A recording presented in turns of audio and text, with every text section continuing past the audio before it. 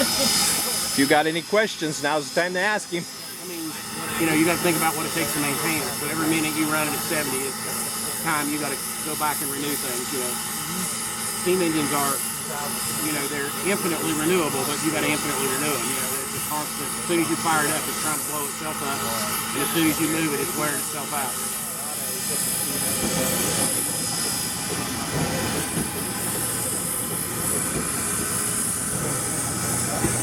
Would they store this thing on the outside?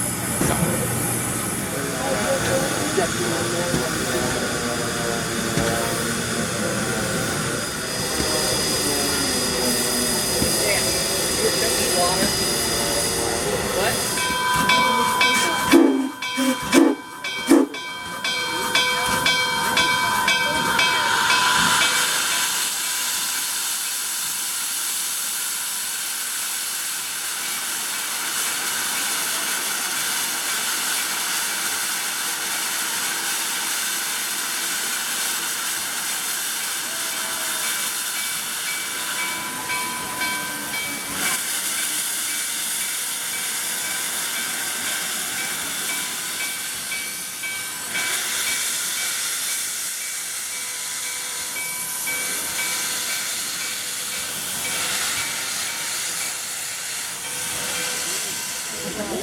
And it has to be cotton, so if you get steam or coal on it, it burns. You don't, like synthetic, you stick to your skin.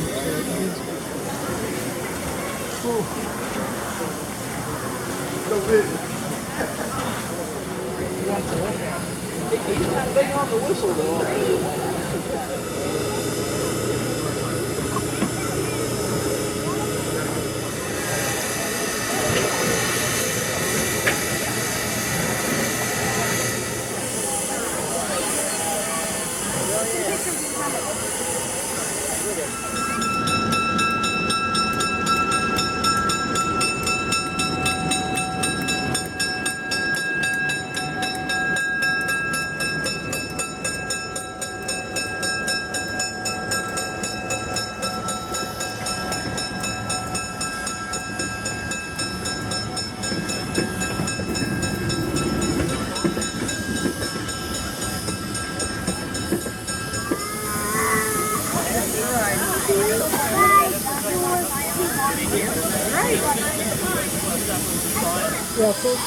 On the line, rumor has it, and I don't know for sure or not, the line that I work on, just going down to Decatur, I guess holds the land record at 110 miles an hour with a steam engine. Rumor has it, I don't know for sure.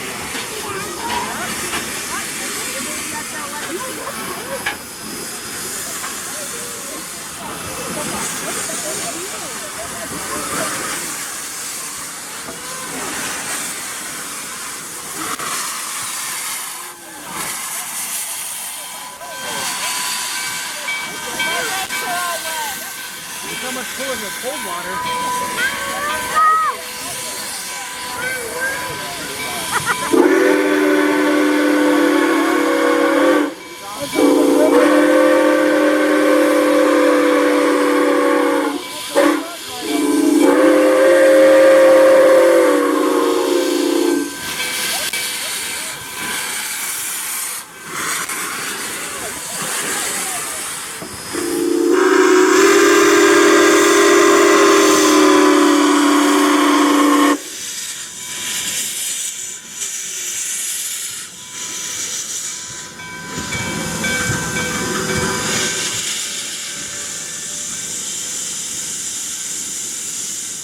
Other stuff, just because it's the steam, I have no idea. Ava, I think so. Welcome. Taking the coal from the timber? Nice.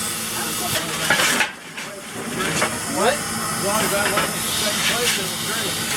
Look inside.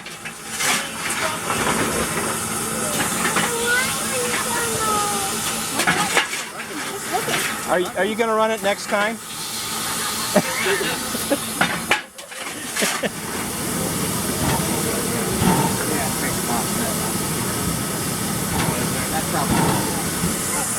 I went here with them.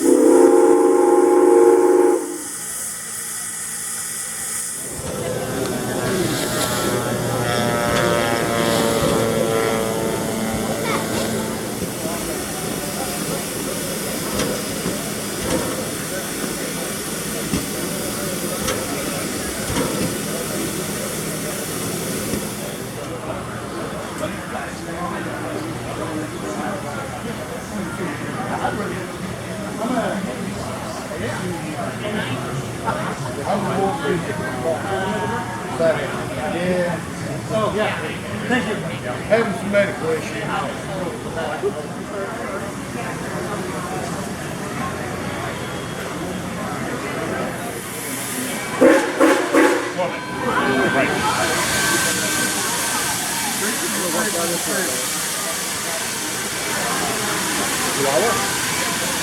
You might have some in him.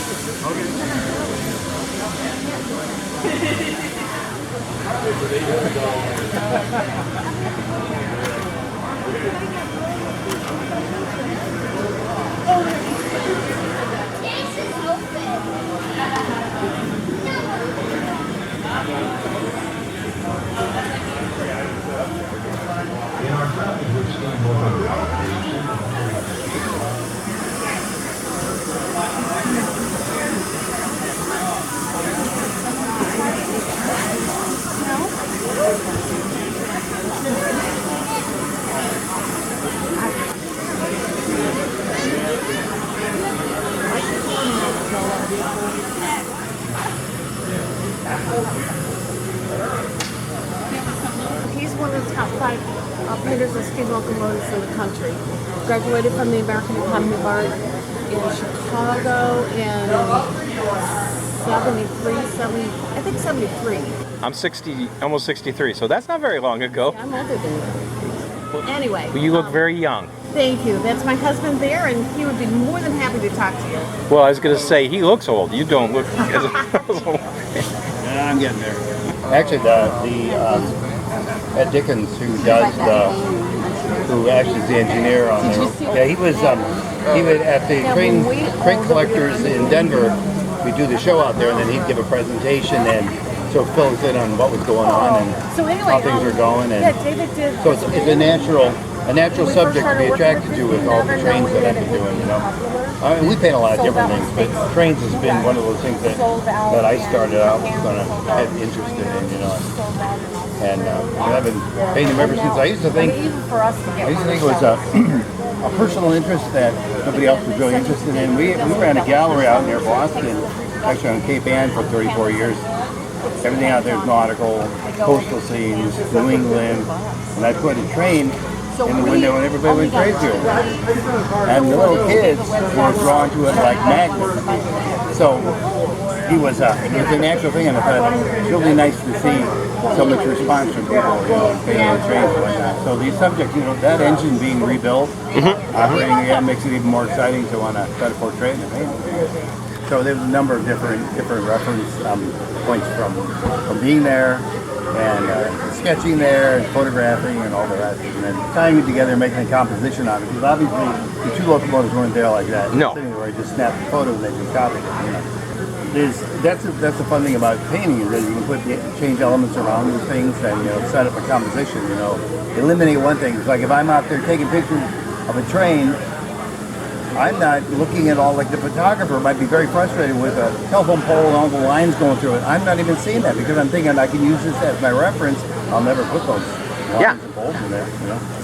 But so if I have a way to at least eliminate them for my process, so I understand the frustration of photographers that are trying to look for the exact perfect shot, and it can be very challenging.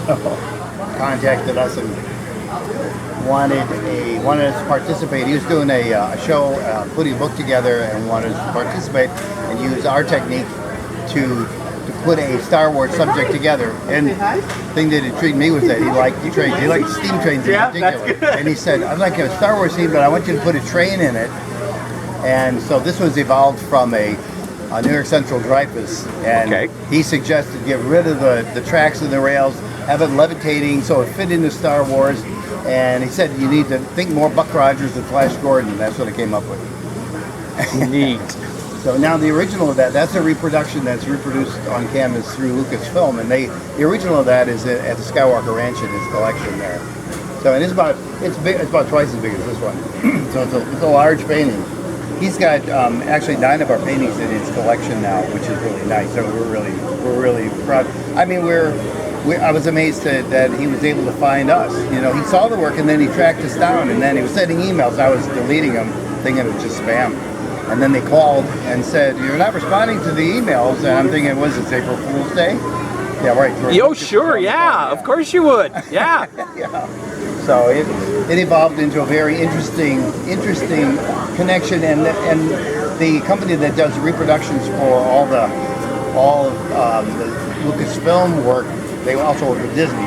So they asked us to go on and do some fine art Disney program work. So we've been doing a number of Disney things. So that explains why you've got the Disney things. They reproduce all the stuff and market it. Most of that is and it's very popular over in Japan and Australia. And actually, this pin that just came out a couple of weeks ago is produced through Disney, United Kingdom Disney, and they're marketing those and selling them, and they can be ordered on that link to that website. But this is